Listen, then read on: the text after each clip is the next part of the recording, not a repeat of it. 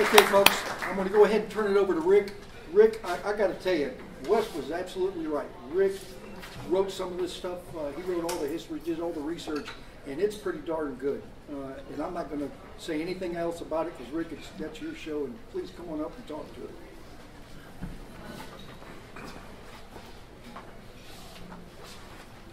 Well, since all of this is sort of a history kind of thing, I thought what I would do is wear a uniform. The cadets don't know that we had this uniform, but if you look at what I'm wearing, it's probably a couple of decades more modern, but basically it's our cadet blazer uniform. I mean, it pretty much is basically the thing. I think 76 had a modification to it, but we were the last ones to wear, fundamentally it looked like this.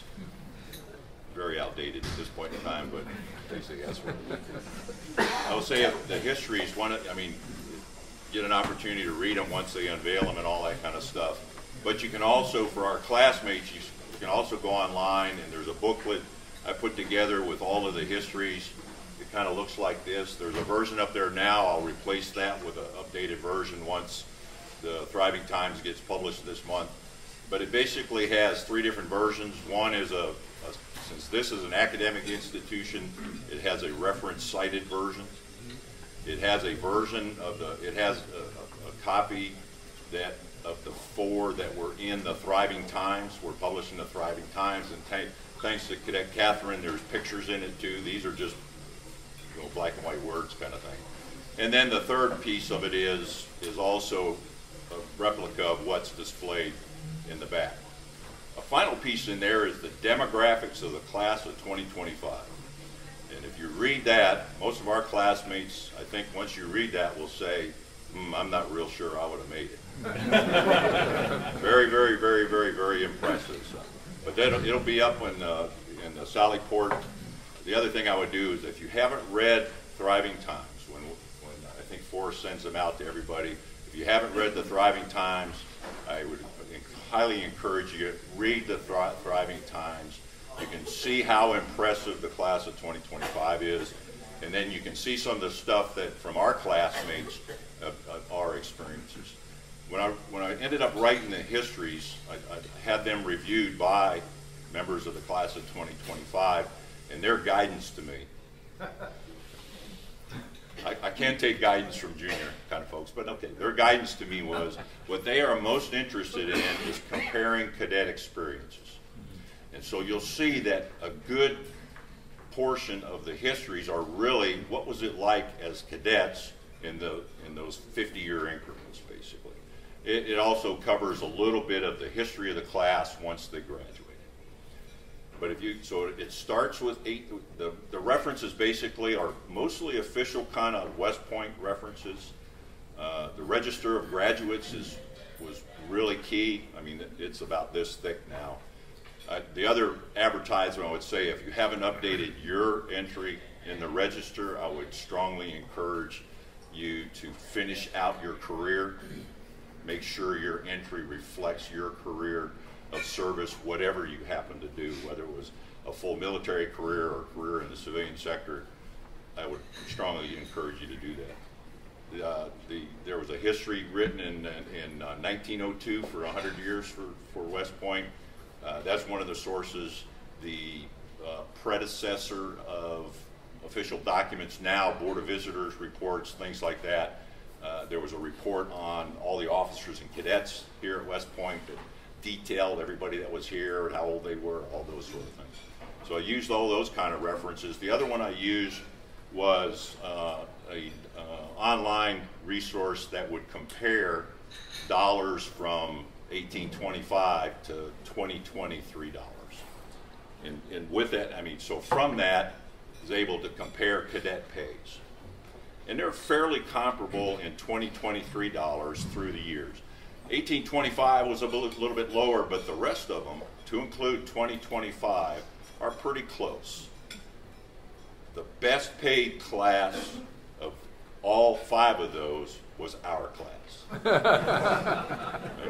So nowadays it's about in the $1,300 range, and that's, if you look at 2023 dollars, that's what it was for 1875, 1925 and 2025, ours was like $1,700. And ours was also 50% of a second lieutenant's pay. In about 2000, they changed that, so now it's 35% of that's pay. I'd also encourage you to look online and search for the West Point, the USMA circular on cadet budget. And you can see what all of the pay goes to. Cadets pay for everything. And then there's a little bit left over at the end of the month that they get, just like we got. We got a different amount each year. But I think it's very interesting to look at all of the things that have to in it. And I bet you that's exactly what we did. I don't remember it, but I bet you it's exactly what we ended up paying for when we were cadets as well. One of the things we do is we reflected the crest for each of the classes. The first class that had a crest was like 1877. A couple after that had crest, and then the class of 1891 was the start of looks like the start of the tradition. Everybody after that had a class crest. In the 1950s or so, that the composition of the crest looks very much like today. The shape was about the same, looked very much, had the eagle, the two sabers, all that stuff, USMA class and all that. It basically looked the same as it's certainly our class crest. The class of 1970, though, was the first class that had the class motto on the class crest itself, and then beyond that. So in about 1993, it went from, I guess, a less stylized version like ours are, to a much more stylized, the ones that you see out in the hallway, much more stylized, I think, much more modern looking than ours were. Class of 1875 didn't have a crest, but the library has a couple of class rings from that class, and on the side of the class ring is a USMA kind of thing, and then the other side has something you might call the class crest. So I use that as basically the inspiration, so I created my own version of the 1875 crest, and that's what you'll see on the history. It's in the background of the history. If you look on you can see it probably a little better if you look online. But anyway, I guess I took a little poetic license to do that, to create that. So 1825 started 4 years after Sylvanus Thayer became the superintendent. And so it was pretty well entrenched by that time. Just before Sylvanus Thayer was the superintendent, he spent a couple of years in Europe studying systems and militaries in Europe. Most of the time he spent in France. When he came back, he brought back like 1,000 textbooks, all in French. And so you can understand that up until 1925, French was very, very key. They had to take 2 years of French, mostly so they could understand the textbooks. In 1825, it was an engineering school, so they had to be able to understand the engineering text, all those sort of things. Thayer also instituted basically the Thayer method, the Thayer system, small classes, sectioning based on class performance, on your achievement, and 3-0 and go. Or I guess it's really 2-0 and go, sorry. But it was the same thing. 3-0 was perfect, 2-0 was, he called it indifferent, but fundamentally it was not deficient. And then anything below that was deficient. One of them was 0.0 was total failure, I think is how he described it. But the academic, what they took in the academics was almost the same from 1825 to pretty close to what we took. A lot of the same things, math, engineering. They called it natural and experimental philosophy. And this is researching this stuff. I didn't understand. If you get a doctorate in philosophy, that philosophy doesn't mean philosophy. It really means basically it's Newton's principles. It's the topics that cover Newton's principles, Newton's laws. Okay? And we all took that: thermo, fluids, dynamics, all that kind of stuff is what is in philosophy. In 1825 or so, they spent 6 hours a day for 2 years in math classes. They had something like 5 hours a day doing French. Everything was an engineering, all the way up to, all the cadets had the same schedule from 1825 to 1925.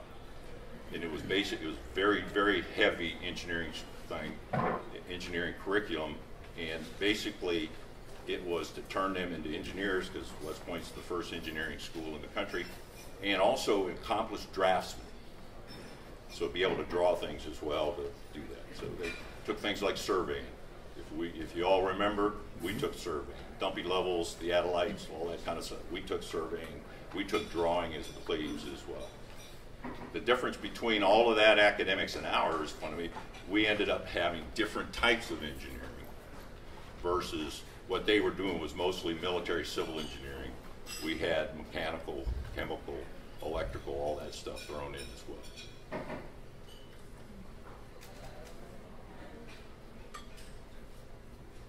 So I think we're about ready to get hard to stop. So, but I would encourage you to take a look, read the histories, whether you read it here or read it and all that. You can see it.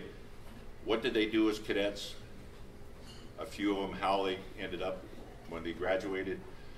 About 40% of 1825 graduated, about 42 of 1875. It was something like 60% in 1925, and it was like 62% in our class.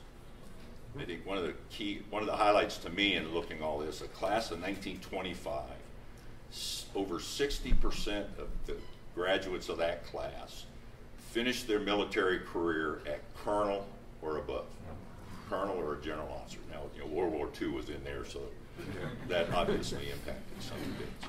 But it highlights some of the key individuals as well. It also, the histories highlight those that have descendants. And I'll have to say, our class has 72 descendants that are West Pointers as well. And I think that one of the key ones is we have a member of the class of 2022 that's a granddaughter. And Tim Shagru is the one that's got the most. And his granddaughter is currently in the class of 2022, or 2025, excuse me. It also, the oldest member of the class, it was like they passed away at 86. 1925 was 105 when he passed away. Our oldest guy's not gone yet, so I didn't do that one. I don't know who will do it when we do go, but it does. Bobby Caslin's highlighted as the member of our class that served the longest in uniform, and that was 43 years. I think Lloyd probably would give him credit for serving the longest, since he's still doing it. I think with that, and then I'll pass that on to whoever's going to do the unveiling piece, and I'll finish for now. So thank you.